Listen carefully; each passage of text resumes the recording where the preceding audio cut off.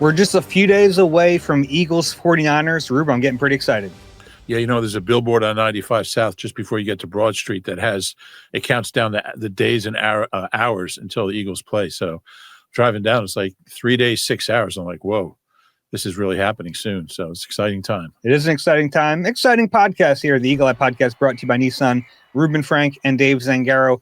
A lot to get to today. We're going to go through Eagles-49ers matchups. We have a bunch of questions lined up from you guys at home. A bunch of head coaching opportunities available right now. 8 of the 32 jobs are open. So we want to go through some of that as well. But let's start this podcast, Rube. No time for pleasantries. We had an injury update from the Eagles, and it's a pretty good one to start this week. Lane Johnson and Nakobe Dean both back at practice to start the week. Yeah, and that's huge. I mean, it's been a while for Lane, and they're just a different team with Lane Johnson out there. I mean, he's a Hall of Fame offensive tackle. He's the best right tackle in the game. Getting him back is going to be huge. And I don't like their chances in most games without him. There's just a different team, a different O-line. Nothing against Big Fred. He's played okay. He's been fine, but they're just a different group with Lane Johnson, both playing wise, leadership wise. I mean, he's the key to everything on that O-line. It was funny. I asked Jordan Mailata what he missed most, and he actually said just Lane being funny on the field. And I was like, that's fair, but I think they missed his play as well. And you're right. Fred played well, and he deserves a ton of credit. But it's not a slight on Fred Johnson to say that this team is clearly better with their Hall of Fame right tackle out there. And I don't know what to expect from him on Sunday. I expect him to play. Is he going to be effective? I don't know. I don't think we're going to know that until he steps foot on the field. That was not a pun. Steps foot on the field. He has that foot injury, but he hasn't played since November 16th. It's been a long layoff. The good news is it's not like the 49ers are flush with pass rushers that you have to worry about. So in a way, even though it's a playoff game and the stakes are really high, it's a nice landing spot for Lane to come back. Yeah, look, he's played so much football over 13 years. I don't worry about that. I think he'd come out in the middle of the winter, like we've seen him. I was going to say February. We've seen him play really well in February. But I think he just roll out of bed during the offseason and go out and play well. So I don't worry about Lane. I think he'll be fine. Yeah, I do too. So Lane's back, Nakobe's back, and Nakobe's already said he's playing definitively if there was any kind of question about it. He had that hamstring injury against the Commanders in Week 16. It wasn't that significant. He said he probably actually could have finished that game if they really needed him. They didn't need him. He got to rest the next couple of weeks, and now he's good to go. And that's big because this offense puts a lot of pressure on linebackers. And, I mean, their top receivers are running back and a tight end. So you want your linebackers to be at full strength and healthy, and I think it looks like they're at that point. Yeah, it's big news. And that's, again, not kind of like the Fred thing, not a slight on Jahad Campbell, who's played really well as a rookie this season, but we've seen the difference Nakobe has made since he's been back in the lineup. And it's kind of a cool moment for Nakobe. He got hurt in the wild card round last year. So a lot of work went into him getting back to this point, the team getting back to this point. And I'll be honest, he's a better player than he was a year ago. And that's hard to do. He was playing at a really high level in 2024. He's better this year. Yeah, he's been something. And I don't know how they can keep him. I don't think they will. I don't want to get too far ahead of ourselves. I mean, any game could be Nakobe's last as an Eagle, which is crazy because it seems like he's a young guy. He just got here. He's 25. He's only 25. But yeah, you're right. I think he makes a play like every time. I mean, he's just near the ball at every snap, and he makes plays. He's a good blitzer. He's been great against the run. He's a really good tackler. He's been terrific in coverage. He does it all. And I think one day he'll be a Pro Bowl linebacker if he can kind of navigate an entire season and stay healthy. So he's getting close to that point. I think we're going to see a few well-timed blitzes from Vic Fangio in this game. Unleash Nakobe a little bit, running downhill. I would agree with that. Yeah, I think. And look, they don't give up a lot of sacks. Brock Purdy doesn't get sacked much. I think they had the 4th fewest sacks in the league. I like the way the Eagles D-line's playing. We'll get more into that in the matchups. But, he's really slippery. He's really elusive in the pocket. But Nakobe, he's their best blitzer. And I would think we'll see him in that role a few times. And he finishes. at the quarterback. For being a relatively undersized guy, he finishes strong. And I love that about him. Yeah, he's physical for a guy his size. He does everything you want from a linebacker. And that's big because they've been close to a lot of sacks this year that they just haven't finished, including on Sunday in that second Washington game with the backup. So got to finish against this guy. Yeah. The other bit of good news, Marcus Epps was back on the practice field Wednesday, limited, but a good sign that he's getting through that concussion protocol and he'll be good to go on Sunday. I wasn't exactly sure what was going to happen there because he popped up on the report during the week last week. He reported symptoms after practice. They put him in the protocol, but he's moving through. Yeah, he thought he was out of the protocol. I was talking to him in the locker room yesterday, and there's a rule that you're not allowed to talk to any player who's in the protocol. And I asked if he was in the protocol. He said, no, I practiced. I'm out of the protocol. But the rule is you have to get through that first practice. I thought he had already done that, but he hadn't. So I had a nice short conversation with him that we will continue today in the locker room. But that's big. I mean, that's, you want to be at full strength. And I mean, I guess technically they're not because Makuba was the starter, but I think Marcus Epps is playing as well as Makuba, maybe a little more solid. The veteran, he's a veteran. He's been around a long time. He's played in Super Bowls. Yeah. In terms of like trustworthiness, I think that's a fair point. I don't think he's had any meltdowns this year. I don't think he's given up any. I mean, maybe one big play, but he's just solid. That was a kind of low key underrated move when Howie went out and got him.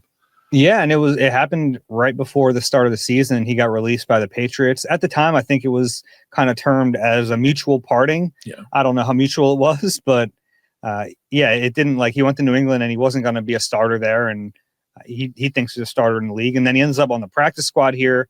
They uses up his 3 elevations. They sign him to the active roster. He slowly and quietly snuck ahead of Sidney Brown on the depth chart. And then when Makuba goes down, they had to play Sidney for one game because Epps was on IR, but they were pretty quick to get him back in the lineup. Yeah, like the minute he was eligible, he was back on the field. And look, Sidney's just good special teamer, but has never really shown the ability at safety that you want from a starter in the playoffs. Yeah, it was funny during Week 18. I think I slacked you early in that game and said Sidney's going to kill someone, and I don't know what color jersey they're going to be wearing, but he was running downhill. Yeah, well, nobody ever accused Sidney of not hustling and not giving full effort, but it doesn't always lead to positive results. No. It's so, like, the Epps thing, the headline obviously this week is that Lane Johnson, Nakobe Dean are back at practice, but don't sleep on the Marcus Epps news because that's a big deal too. It is significant, no doubt. And then, the only 2 players who did not practice to start the week, Grant Calcaterra and Brett Toth. Toth has a concussion. Calcaterra has that knee and ankle injury from the hip drop tackle. That is the best reason for why the Eagles rested their starters in Week 18. Because, imagine if that's, I don't know, Landon Dickerson and Dallas Goedert, right? Yeah. That's a big deal. So not that you want to see those guys get injured. Toth has been a really important part of this team all year as the next guy off the bench for the O-line. But the good news is the starting O-line is healthy, relatively speaking. Yeah, you'd like to have Toth. We'll see if he can clear protocol by game time, by Friday, really.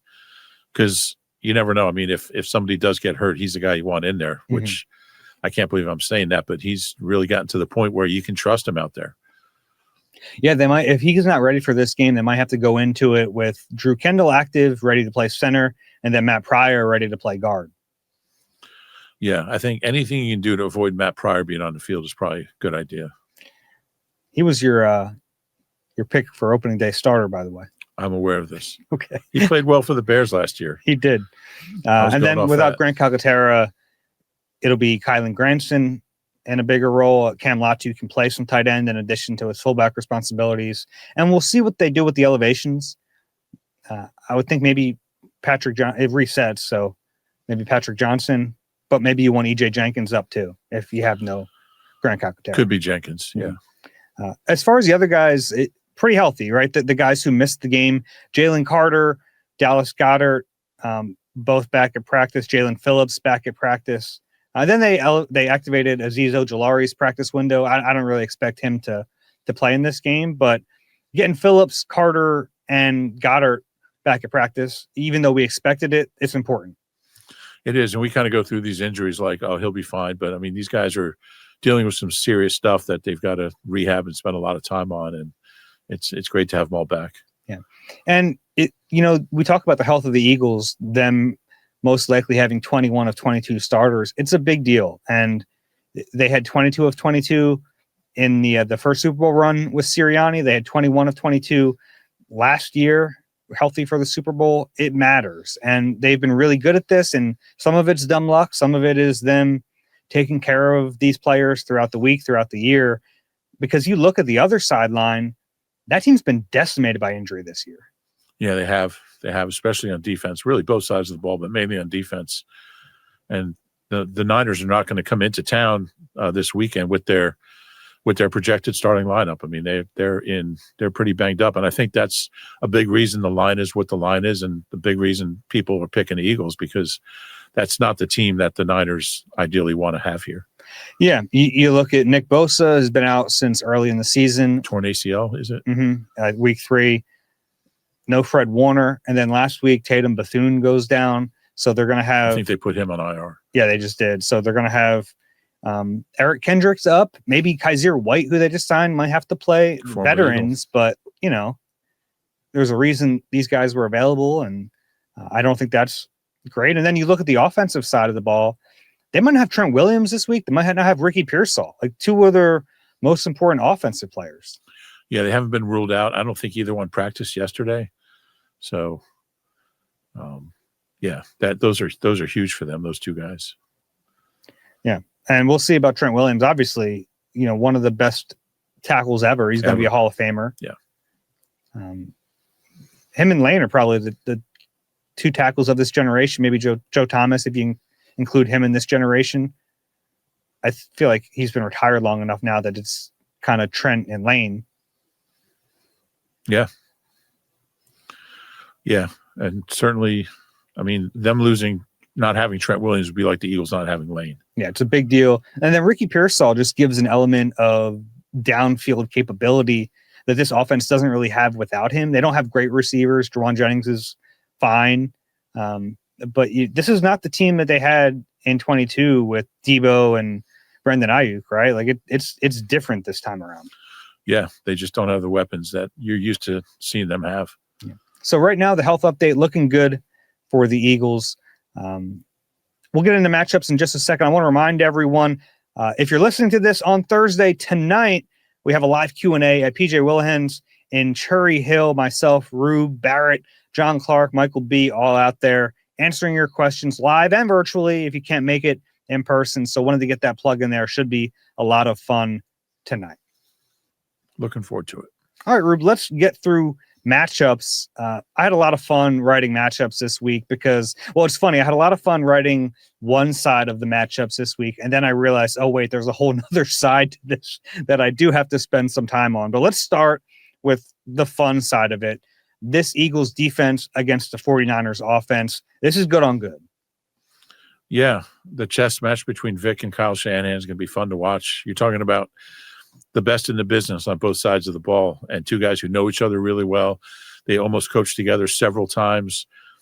Vic was out at 49ers OTAs for a few days in 22 after he was fired by the Broncos before he went to work for the Dolphins. He had some free time, and he spent it at OTAs just talking football with Kyle Shanahan. So they're very close. They know each other well, and they know what the other one likes to do, and that kind of adds a dimension of intrigue to the whole process.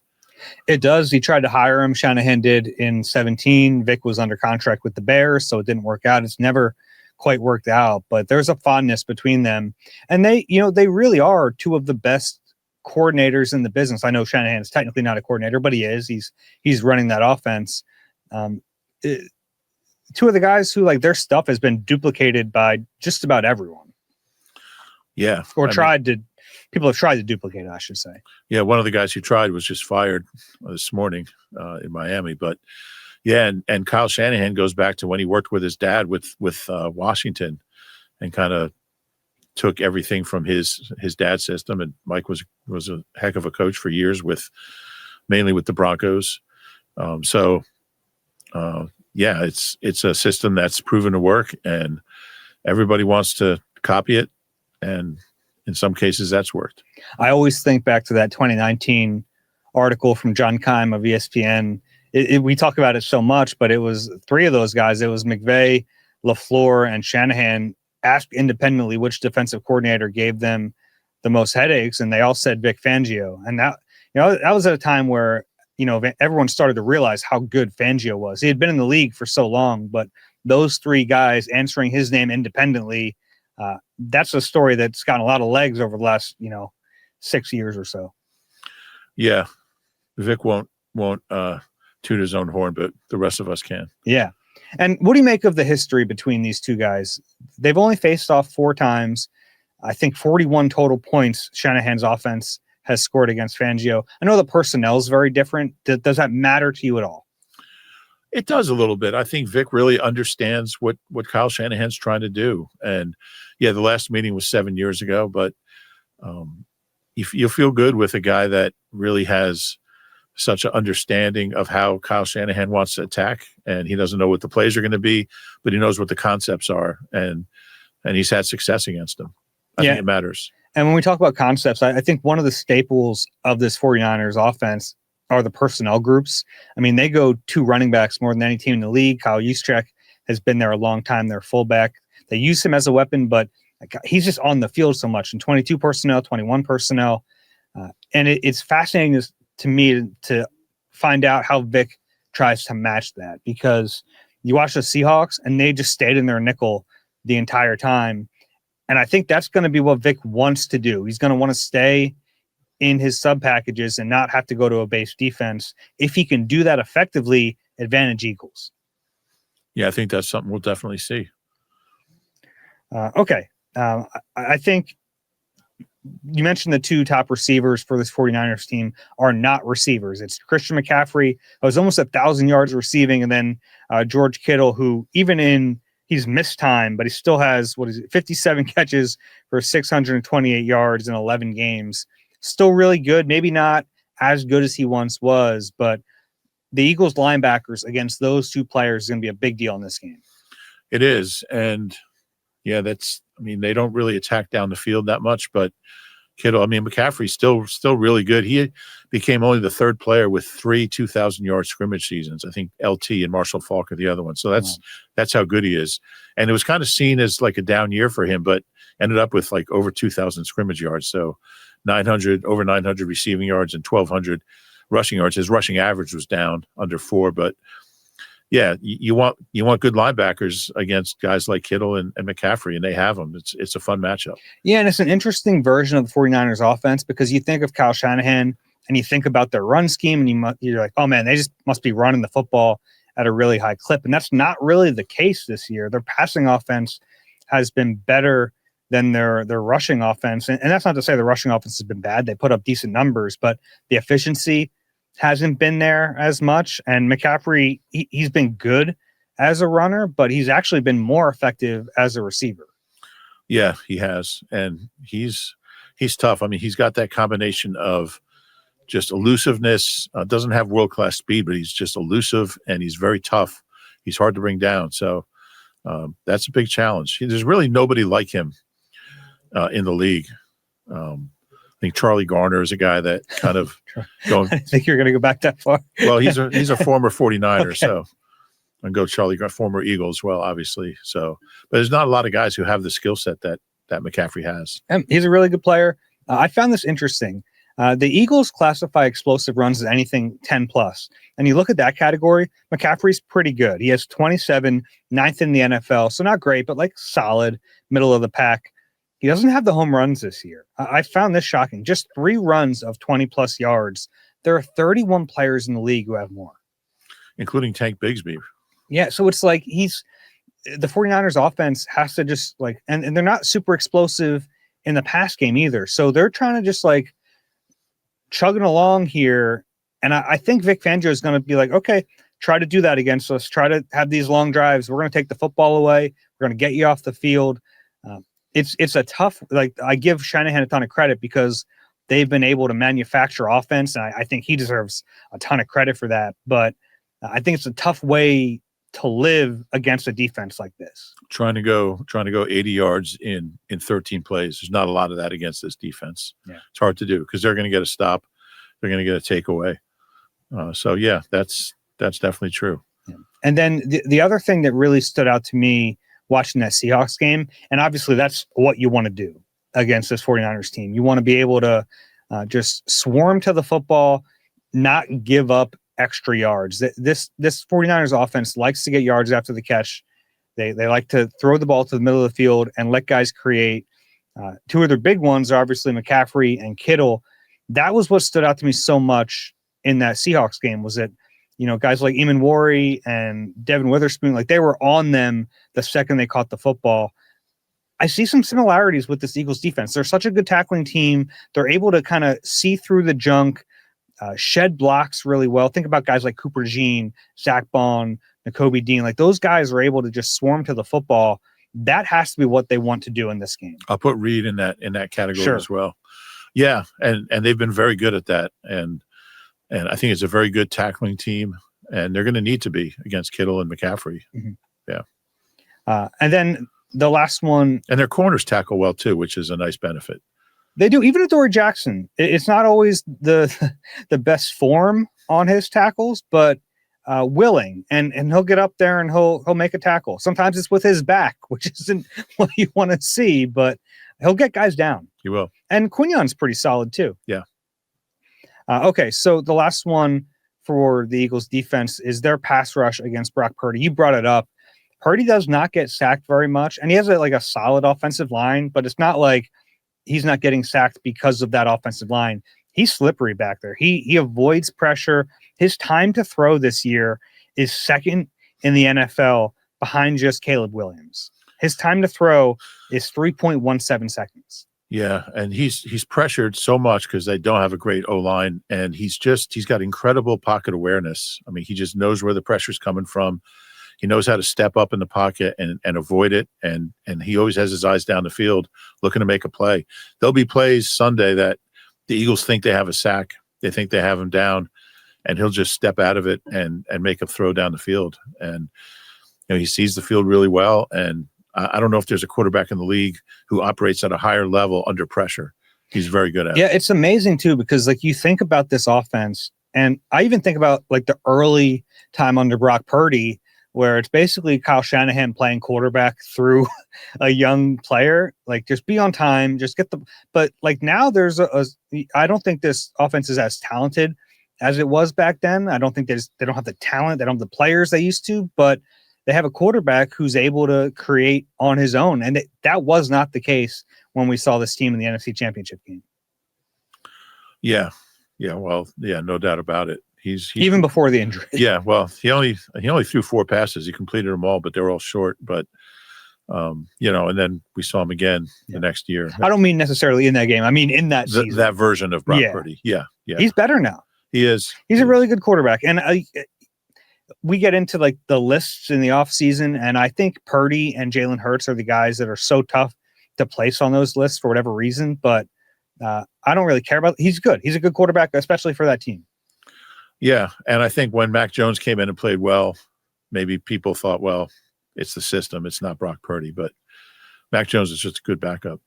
And the system helps. No doubt. It's not a foolproof system, but it's a little foolproof, right? You can have a quarterback who isn't great run the system and be effective, but Purdy brings another element to it. And I think he's the perfect quarterback for a Shanahan offense. Just he's smart and he doesn't make mistakes, and he's efficient. I would like to hook up Kyle Shanahan to a lie detector and find out what he really thinks when Purdy is off schedule, because I think Shanahan he strikes me as a control freak. He wants it to be what he wants it to be. But then there are really good plays out of structure in this offense now that you can't deny. Yeah. Yeah, we'll see a bunch of them. This was an interesting stat I pulled up. His interception rate this year, Brock Purdy, 3.5. It's the 5th highest rate in the NFL this season with a minimum of 200 passing attempts. There's 36 quarterbacks who have attempted 200 passes. Purdy has the 5th highest interception rate. The guys ahead of him, J.J. McCarthy, Shedeur Sanders, Tua, and Geno Smith. Yeah, it's probably not the company you want to be in as a quarterback. Nothing against those guys, but yeah. So that's, to me, that like all boils down to with Purdy, you have to be an opportunistic defense. You have a chance to sack him in the backfield, you got to make the play. You have a ball hit your hands, you got to make the play. That's kind of what you're banking on against a team that's going to slog down the field. You got to make some plays. You got to get them off the field. The easiest way to do that, sack the quarterback, pick him off, or get a turnover. Yeah, and those are things the Eagles have been better at second half of the season, especially with the sacks. I still feel like this team should have had more interceptions than they had with the talent that they have on defense. But this would be a good opportunity to get a few. What do you make of the lack of interceptions from defensive backs? Obviously, Jalix Hunt ends up leading the team in interceptions and sacks. Vic was asked about it, and he didn't really seem to care. Do you care about that? You'd like to see more, but I think unlike last year, I didn't see them dropping a bunch this year. Mm-hmm. I think the pass defense, I mean, they led the NFL in fewest touchdown passes allowed and lowest completion percentage. So there's a lot to like about the secondary, and they were like top 5 in yards allowed. So you'd like to see more, but I didn't see him dropping a bunch this year. Coop had 2, Adoree had 1, and that was it from the cornerbacks. Adoree's was a big one too. It was huge. Makuba had 2, I believe.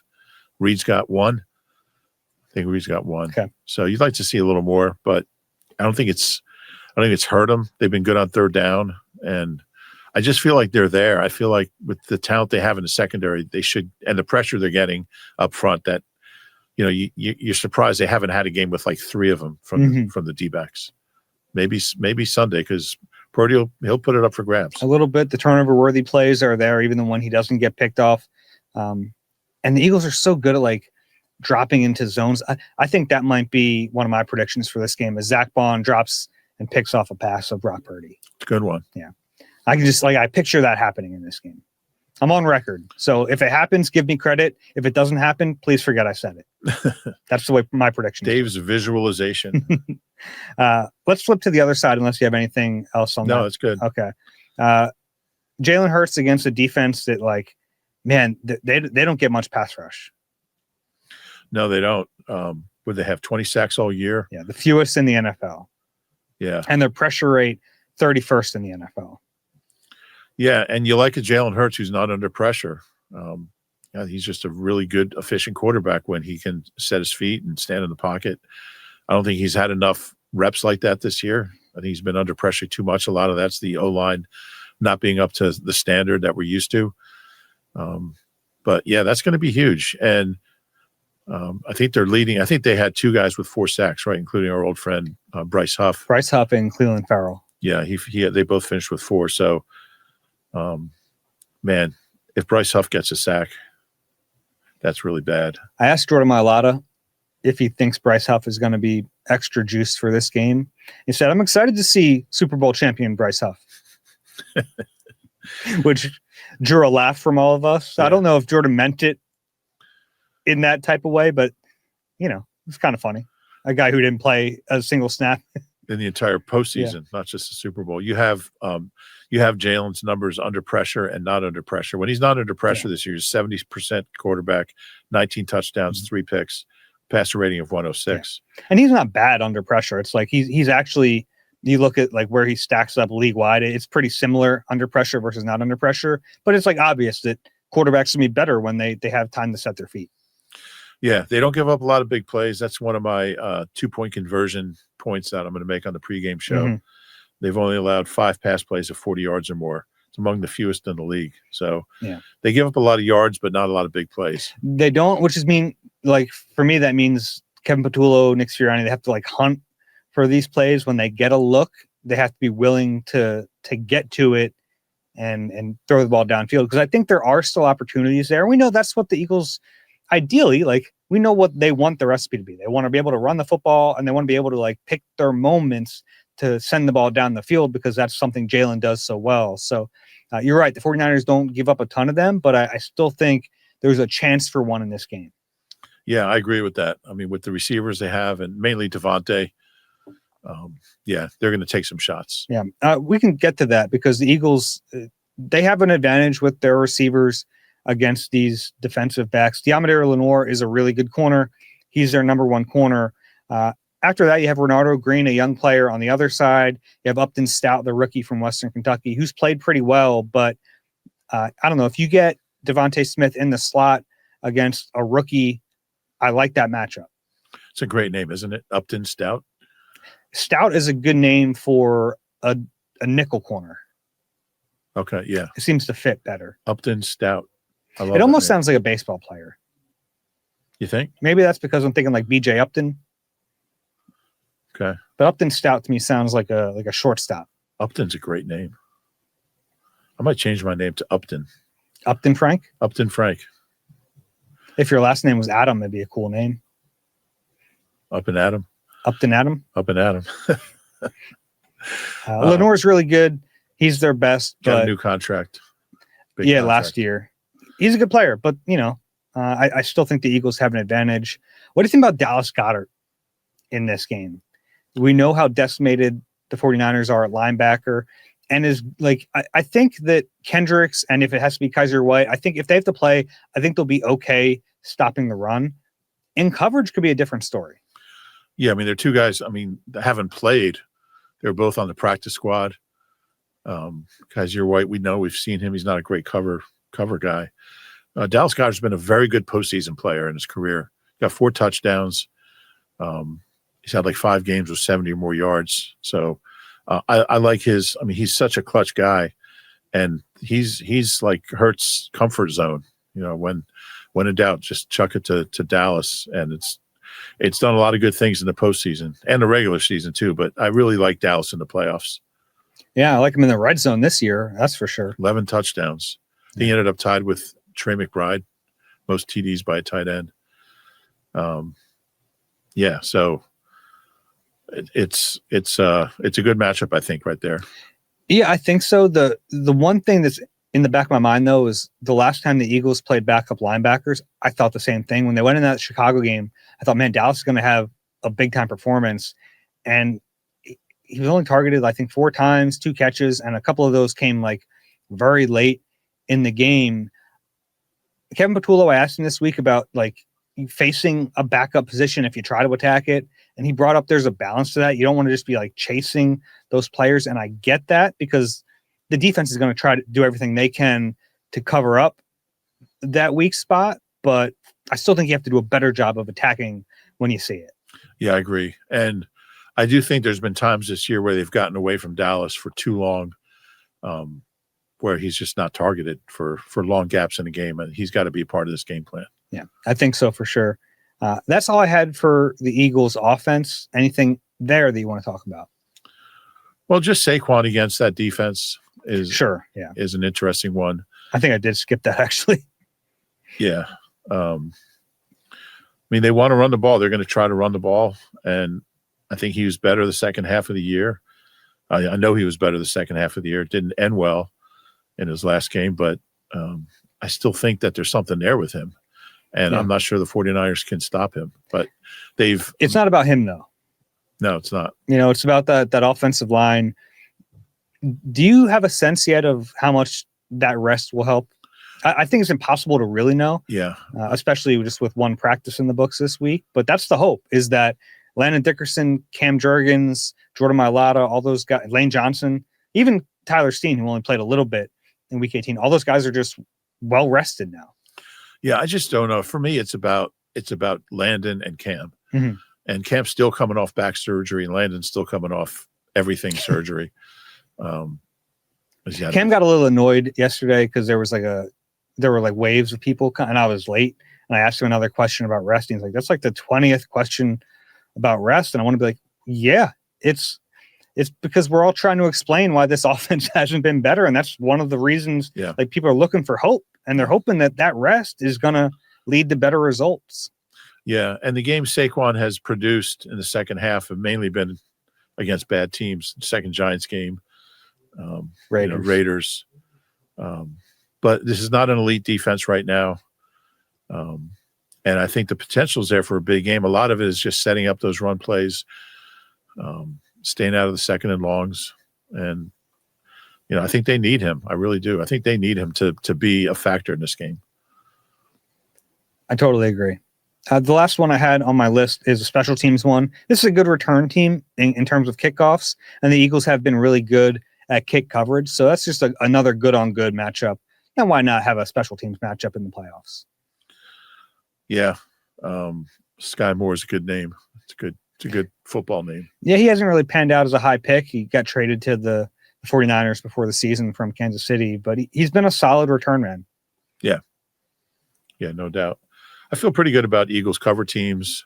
You feel better about Jake making those 3 field goals the last couple of games. They've got the best, I think, one of the best punters in the league in Braden Mann. So you feel good about their special teams. And Britton Covey has brought a level of stability to add some juice. Yeah. Yeah. I remember this time last year, they were relying on Cooper DeJean, and it was like scary because you don't want him to get hurt. Yeah. Covey was hurt. Then he goes to the Rams. Zay Economy comes back and just kind of waits his turn for about 2 months. Yeah. I'm not sure why that didn't happen sooner. Probably should have. Yeah. They had Xavier Gibson. They were trying to give him the chance, but yeah, it should have been Covey sooner. Yeah. All right. That was fun going through matchups. Obviously, the most intriguing part is when the Eagles defense is on the field. What's your gut feel on like how they handle this Shanahan offense? As far as scheme wise? No, like how they fare.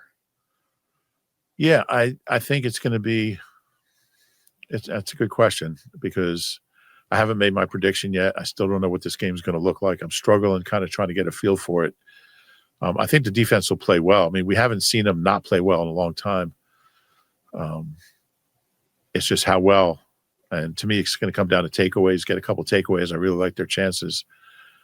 It's hard to imagine the 49ers scoring more than like low 20s.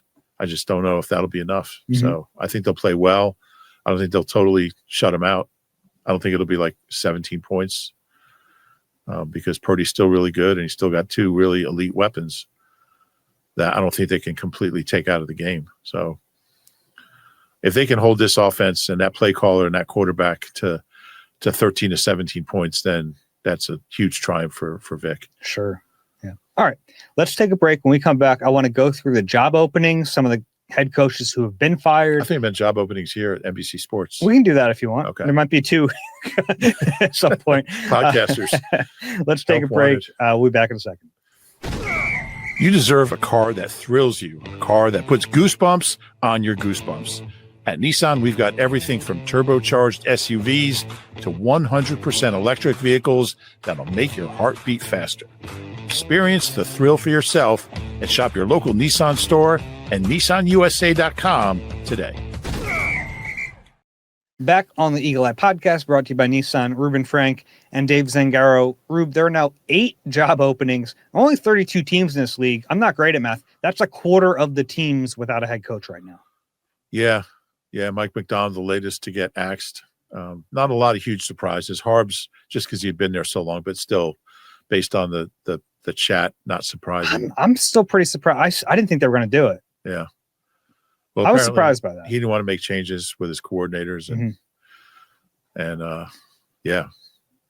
So the openings are Titans, Giants, Falcons, Raiders, Browns, Cardinals, Ravens, and Dolphins. What do you think is the best job? Ravens. You got Lamar. You have a MVP quarterback, a team that was a field goal away from going to the playoffs again. Yeah.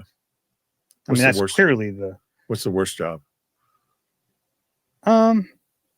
So worst job is tough because it's like, do you go with franchise dysfunction or do you go with just the worst roster? I think the worst roster is the Raiders. There's just not much talent there. Yeah. And their best player, I don't think wants to be there anymore. You're talking Max Crosby. Yeah. At least the Giants, like if you're a believer in Jackson Dart, at least you have the quarterback. Yeah. I don't know if you are. I think that depends. Yeah. And then the Browns have been, dysfunctional for so long. I think Kevin Stefanski is a good coach who couldn't win there. So I think those are the 3 worst. Titans aren't great either, but if you believe that's the quarterback, then. Yeah. What do you think? The best and worst? I think the Ravens definitely the best. Probably Raiders is the worst. You look at teams that just haven't had success in decades. I mean, the Browns and Dolphins haven't won playoff games. Well, the Browns won a couple years ago, I think. But Yeah, I think those are the ones where you just wonder about the culture in the building, if it's possible to even go in there and win. Yeah. And the crazy thing, like in this cycle especially, seems like the GMs are staying, the coaches are getting fired. And that's like, if you're looking for a job, do you want to go to the Giants? Do you want to go to the Dolphins? Yeah, I don't know. Yeah, well, I mean, the Giants kept their GM, and he's not very good at his job. No, he's not. At least based on the results so far. So, yeah, that's something to think about too. Like, if you go there and they struggle, do they just clean house and send you off with him? Yeah, it's something. I mean, you look at the Raiders. I mean, they like to fire coaches after 1 year. Like, it's not a place I'd want to go. You want that stability. Yeah. Do you think Harbs ends up with the Giants? That's kind of been the talk that they're into him. He might be open to that opportunity. I think that'd be bad for the Eagles and the rest of the division. He's a competent coach that could provide some stability to that franchise. Yeah, you want a clown up there. He's certainly not that. Yeah. He's a good coach. And then it's like, it seemed like when Stefanski got fired, his name was top of the list for the Giants, and then it kind of flipped when Harbaugh became available. Yeah. But also the Dolphins job opening up after Harbaugh got fired is interesting to me. Yeah. There's reporting that they haven't talked about him or haven't reached out to him before the firing, but I don't know. That timing is curious. I think Harbaugh's agent said as soon as he got fired, within an hour, 8 teams had contacted him, and at that point there were only 6 openings, and obviously one of them was Baltimore. So, and they weren't going to hire him most likely. So yeah, it's kind of he deserves that kind of respect. I mean, he's a great coach. Yeah, I think Stefanski's a good coach too. He got handed a bad situation with the quarterback. Worst trade in NFL history. Yeah. He had to navigate through that. Yeah.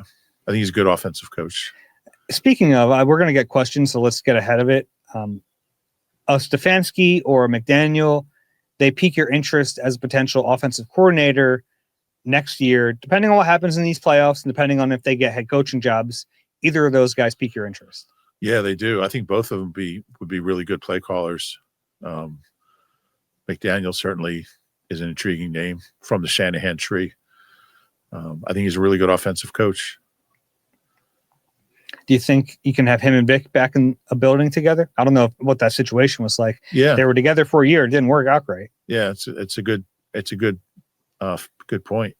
I think Stefanski would probably make more sense from that standpoint. I know Nick likes him. He's a Philly guy. Yeah, they've done joint practices every year. Yeah, went to Penn. Who's the last Eagles coach who went to Penn? Harry Gamble, Burt Bell.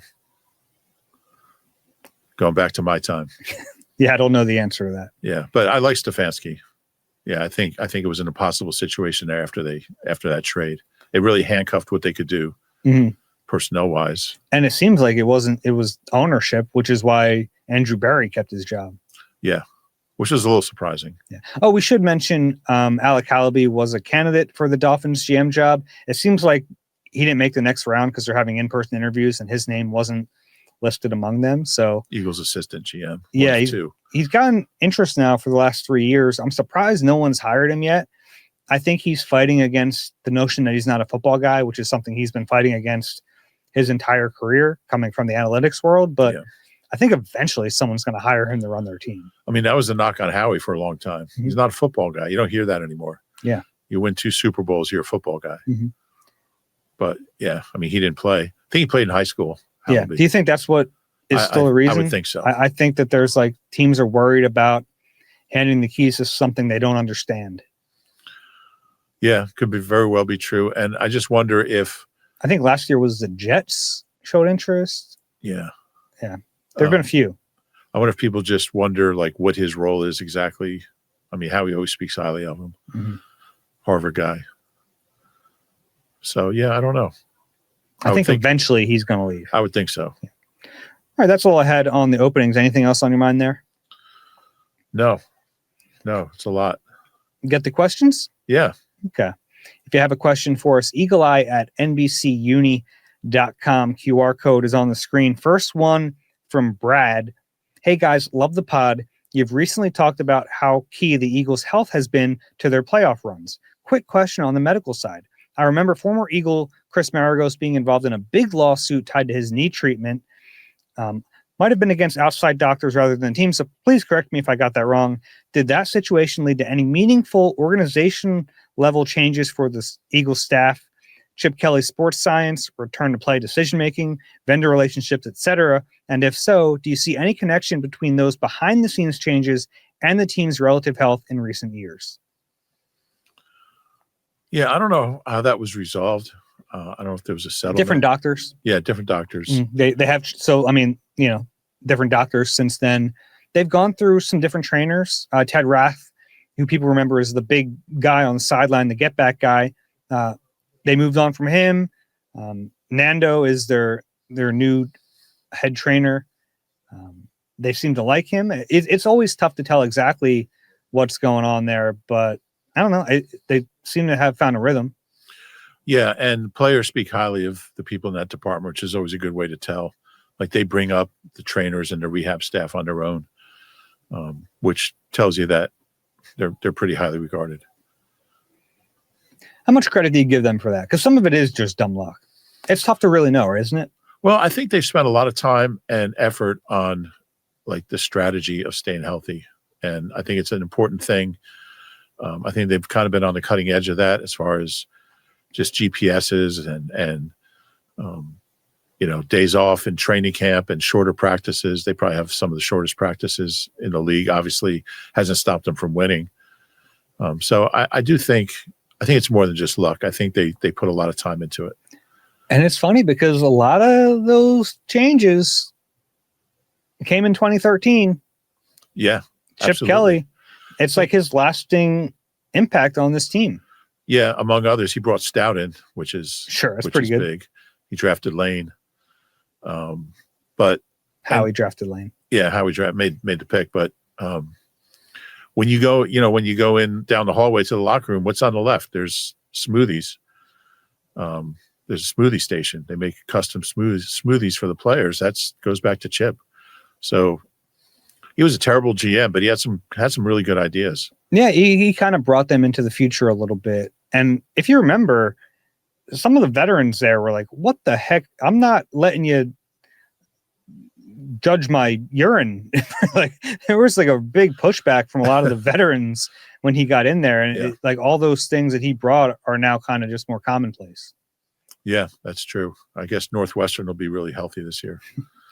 Yeah, Chipper, the new OC at Northwestern. He's had his share of jobs since leaving here. Sure has. Where's he been? He's been to the 49ers for a year, right? And then UCLA, and then Ohio State. Was there anything else? And then the Raiders, and then Northwestern. Yeah. So 5 jobs since he got fired here.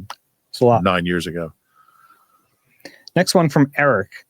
The 49ers offense runs literally through Christian McCaffrey, who had 1,200 rushing yards and 924 receiving yards, mostly yak yards. The Bears were able to demolish our vaunted defense on the ground via the two-headed monster of Swift and Monangai, thanks to Ben Johnson's schemes and calls. Has anything changed with our defense to give you confidence that the Niners won't give us the same problems that the Bears did? Yeah, I still don't know what happened in that Bears game. They just weren't competitive against the run, where they finished with 281. Yeah, it was like a lot of scheme. The misdirections got them. The scheme beat them in that game, which is like so rare for a Fangio team. The short week didn't help. Yeah, and I think having 2 backs who both were, I mean, he was going back and forth between Swift and Monangai, and they were both gashing him. They don't have that set. Niners don't have that second back, but and the Eagles have been pretty good against the run since then. It was kind of an anomaly. Yeah, that was a Friday game. Yeah, after a Sunday game, that could have a lot to do. Yeah, with it seems like when Vic's defenses haven't been at their best, it's when they've had a short amount of time to prepare. That's obviously not the case now. I'm curious. There's a good chance we get it in the divisional round. I'd be fascinated to see what happens in that matchup again, because I don't think it would look like that. I would agree with that. Yeah. Next one from Sean. Rube, love your recommendations for Tony Banks for one of the best keyboard players from Genesis. I saw him in the 80s at the Spectrum, and he is just amazing. Also loved Phil and Chester playing a drum off. That was one of my favorite concerts ever. Do you think the Eagles have something in the bank for a great plays in the playoffs that they are not showing? You hope so. Yeah, I mean, every team saves stuff for these type of games. So I think we'll see things we haven't seen. Whether it works or not, I don't know. But yeah, I mean, you always do that. Yeah, it's not like they're holding back a huge chunk of stuff, but there are plays that, for whatever reason, you don't get to them, and you kind of keep them. I mean, there was one really famous one in February of 2018 that we hadn't seen before that they ran. So, there are some things that you hold back. Yeah, that play probably wouldn't have worked if they'd run it against like the Giants during the season. They might have. Might have. Yeah. I still can't believe that happened. Talking about the Philly special, if you guys remember that one. Yeah, they probably do. Yeah, probably. The craziest thing about that play is it wasn't a red zone play. It wasn't supposed to be for them. Is that right? It was supposed to be an open field play. Interesting. Yeah. And without Corey Clement's long catch and run, that play doesn't happen. Mm-hmm. Next one from George. With all the scrutiny that the offensive coordinator, the head coach, and even the quarterback have been under this year as the offense has struggled mightily, is it fair that the running game coordinator / offensive line coach seems to largely be escaping any criticism, notwithstanding how disappointing the running game has been? I think the largest difference between the offense of 2024 and the offense of 2025 is their inability this year to run the ball consistently. The Eagles' run game seems frequently predictable and uninspired. Is that the result of play calling, the overall offensive scheme, the execution of the offensive line, injuries, the quarterback's failure to check out of bad play calls? I know we're all hesitant to criticize Jeff Stalin, given how good the O-line has been for so long and how he had constructed 2 Super Bowl winning teams and a team that is always in the playoffs. He might be the best in the NFL, but the status of the O-line and their running game in general is concerning. Yeah, it's all fair. I mean, look, I think Stout's one of the best coaches in the league, and I don't think that's changed. I think injuries on the O-line and play calling are the main culprits in the running game not being what it was last year. Yeah, and I think they go hand in hand in a way, because I think they're calling plays as if the offensive line is healthy. So, how many times this year have you seen them call some sort of stretch run and you're watching Cam Jurgens or Landon Dickerson try to reach a block and they have no shot to reach this block? I think that they kind of go hand in hand, and it is tough. I think, you're trying to gauge the health of your offensive line throughout a week, throughout a game, but you have to be willing to alter your play calling based on the health of those guys. It's a great point. And I mean, we just haven't seen Cam be able to really either one of them get out and pull like we're used to seeing. And that's a big part of their running game. So can't do that. You can't run like you used to. I do think it's there. I think, we'll see how much healthier and how much more effective the inside guys are. But yeah, I mean, you look at the Washington game, they ran for a ton of yards last year, NFC Championship game, and both those guys were banged up. So true. Should be able to. Next one is from Liam. Hey guys, hope the holidays went well. My question Thank you, Liam. is about Adoree Jackson. In the beginning of the year, it felt like it was inevitable that Adoree Jackson would get benched for good, considering his poor play. Whether it was running Jacorian Bennett out there, Keely Ringo, or Mac McWilliams, we just wanted Adoree gone. Evidently, Vic made the right choice, and Adoree has turned into a very competent CB2 opposite of Quinyon Mitchell.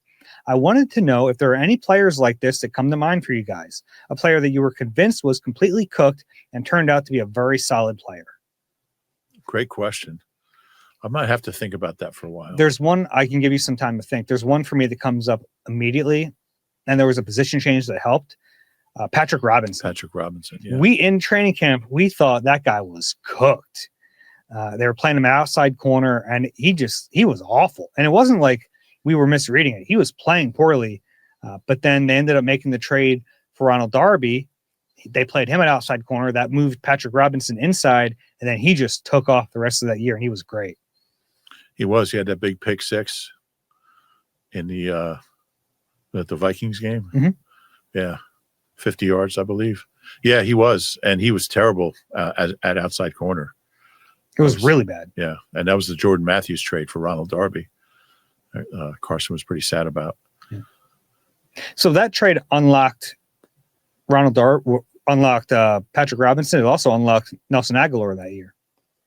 Yeah. Who I still will defend his performance in the Super Bowl. He was so good. Oh, I don't think you need to defend that performance. Yeah. People forget. Oh. Caught 3 straight first downs before the Ertz touchdown. He came up big. But I'd have to think about that guy. I got somebody who looked really bad in training camp and then came out and had a good year. Or even in the season, I guess, because it wasn't like Adoree looked great early in the season. Yeah. I give him a lot of credit for plowing through it, staying confident, and no shortage of confidence with him. Yeah, I mean, they very clearly did not want him to be the guy. Yeah. Like, he was the insurance policy. And so that's why you have insurance policies. Yeah. We'll finish here with Scott. Hey, guys, if you could choose one player this season besides Jordan Davis or Jordan Mailata to give the media award to, who would it be? So, backstory on this, we give out a stand-up player award, the Pro Football Writers of America Philly chapter. This year, it went to Jordan Davis. Last year, it went to Jordan Mailata. We started it last year. We didn't used to have one. It went to we used to have one way back in the day. Oh, yeah? Yeah. How long ago? Like 90s. Okay, yeah, before I covered the team, certainly. It's a good question. Who else would it be? I think N'Kobe's a guy who would be up on my list. Yeah, he was high in the voting. I don't know if we can say that, but he was high in the voting. I think Saquon is a guy you can kind of, if you need him, he'll be there for you. Yeah, they have some good ones in the locker room. Yeah, really thoughtful guys. Yeah, Adoree's up there.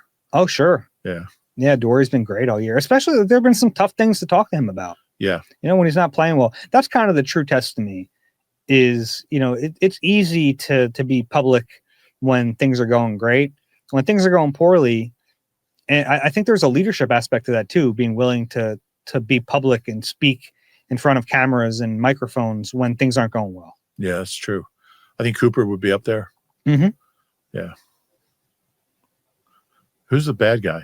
Who would be the worst guy in the locker room? We give out a plaque for that. The Bill Romanowski Award. He'd probably be honored. He would. At being named after him. He would. We should do that internally and not tell anyone. All right. That's enough for questions. If you have one for us, eagleeye@nbcuni.com. We've reached the end of the show. This is where I ask you a question that I know you're not going to like, but which way are you leaning on this game? I'm still leaning Niners just because I just have no faith in the offense to magically function at a high level and be able to put up the 23 to 27 points I think they'll need. Now they could win the game 17-13. I just don't have any faith in this offense and this offensive play caller right now. And I hate to say that, but that's just my gut feeling. Yeah, you got to go with your gut. My gut's telling me different. I look at this 49ers team. I just think they're really inferior in talent. They just are. Like I think back to that 22 season, that NFC Championship game, those were the two most talented teams in the league. I still think that about the Eagles. I don't think that about the Niners, especially if Trent Williams and Ricky Pearsall don't play. I just don't think they have the talent to beat this team. And I know the Eagles offense doesn't inspire a lot of confidence. I get that. I think they'll be able to do enough and win this game. I mean, Niners have won 6 of the last 7. They won 12 games this year. That they score like mid-30s per game. So it's not like they're devoid of talent.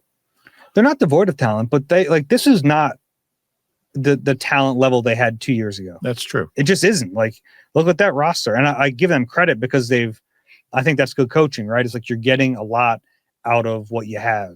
And they have some quality wins in there, no doubt about it. But they also, beat the Panthers, beat the Titans, beat the Colts. Had a shootout with the Bears. That's a good win. I'm not completely sold on this 49ers team. I think the Eagles are going to win. It's a good pick. All right. That's been a fun I don't have to get mine podcast. until tomorrow, so I might still change my mind. Okay. I hope I didn't sway you too much. I want you to go with your gut. We'll see. All right. That's it for Eagle Eye. If you enjoy the podcast, please do us a favor, rate and subscribe wherever you get your pods. If you're watching on YouTube, click the like button and subscribe there as well. 4:30 game on Sunday. We will talk to you after it, either figuring out what the heck went wrong, getting ready for the offseason, or getting ready for the divisional round. For Reuben Frank, I'm Dave Zangaro. This has been Eagle Eye presented by Nissan. We'll talk to you soon.